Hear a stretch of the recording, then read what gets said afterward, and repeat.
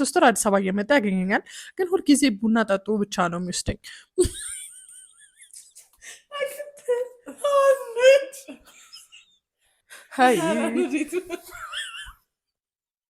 ምግብ በልተን እራሱ አንዱ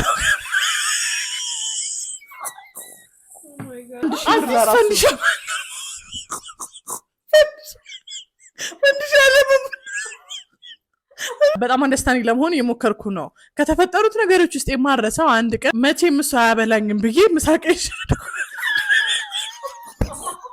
እሱም በቃ ፍርፍርም እንዘዝና አንድ ላይ እንብለዋለን።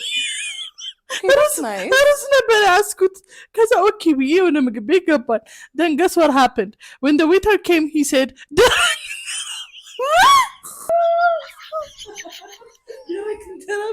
ከዛ በኋላ I was so embarrassed. አስተናጋጇ ራሷ ደንግጣ ምን አለችና አየችልጣት።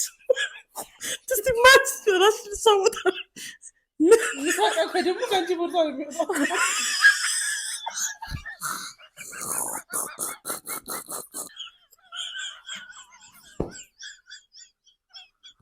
ለማስቀየስ እንጀራ ፍርፍር ማለቱ ነው ብያት በዛ አለፍ። ከዚህ ሌላም ብዙ እንደዚህ አይነት ኢንሲደንት ነበሩ። የሆነ ጊዜም ዝንጥ ብለሽ ልጋብዝሽ ብለኝ አገልግላ አዘው አስከፍል